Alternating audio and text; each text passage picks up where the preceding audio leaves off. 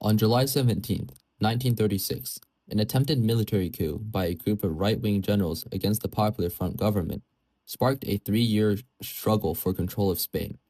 While the Republic appeared superior on paper, controlling the majority of the population, the national gold reserves, and the industrial heartlands, the nationalist forces ultimately emerged victorious. The nationalists won because of their political unity, effective economic mobilization, and superior military professionalism. While initially divided, the nationalists recognized the immediate need for a unified command structure, allowing General Francisco Franco to assume total political and military control. He successfully merged the large Carlist and Falange parties into a single party, the FET, and gained the backing of the powerful Catholic Church, which used its nationwide influence to brand the war as a holy crusade against atheism to protect Christian civilization.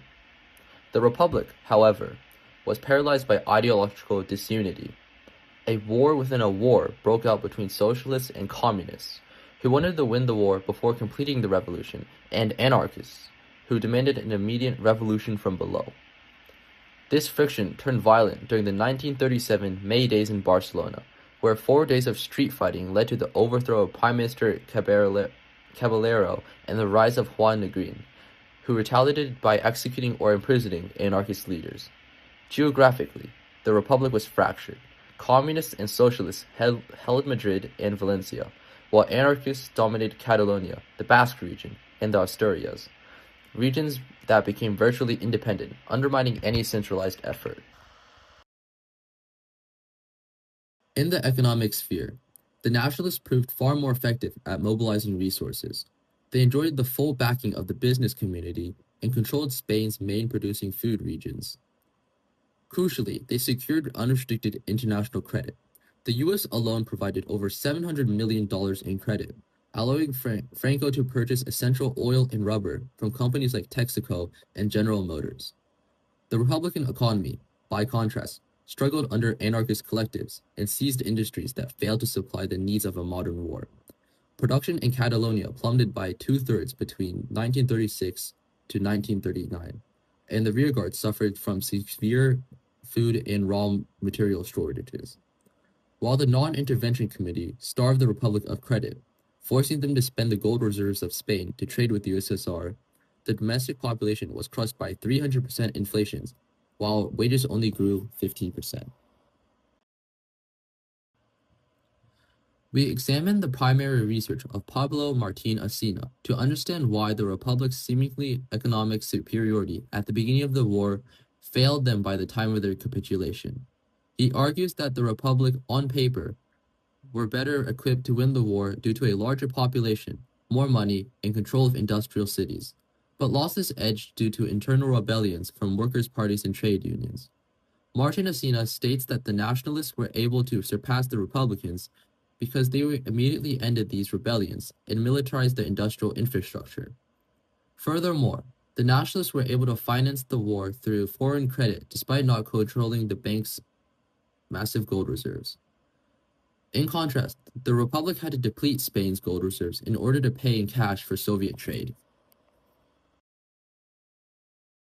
Militarily, the nationalists possessed a level of professionalism that the Republic's uncoordinated militias could not match. Franco led a unified army command that included reliable junior officers, sound communication, and consistent support from Germany and Italy in the form of aircraft and tanks. They held the powerful and experienced Army of Africa, the most effective force in the war, whose expertise contributed to superior tactics and supply. The Republic's forces were poorly trained, lacked professional officers, and were driven primarily by enthusiasm rather than expertise. Loyal professional army officers were often not trusted, and the military effort was fragmented by social infighting, as Basque and anarchist militias frequently refused central command. Historian Paul Preston provides a critical primary source analysis of this military leadership.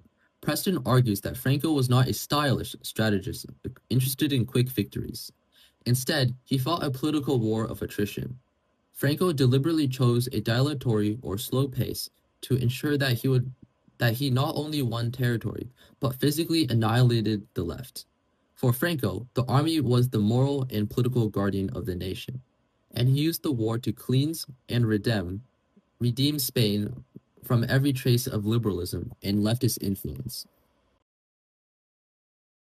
The strategy of attrition culminated in three final stages. First, the Battle of Ebro in late 1938, the bloodiest of the war, saw a Republican surprise attack across the Ebro River to reconnect Catalonia to the rest of Republican Spain. The attack failed against nationalist superiority in artillery and air power, resulting in massive losses for the Republic.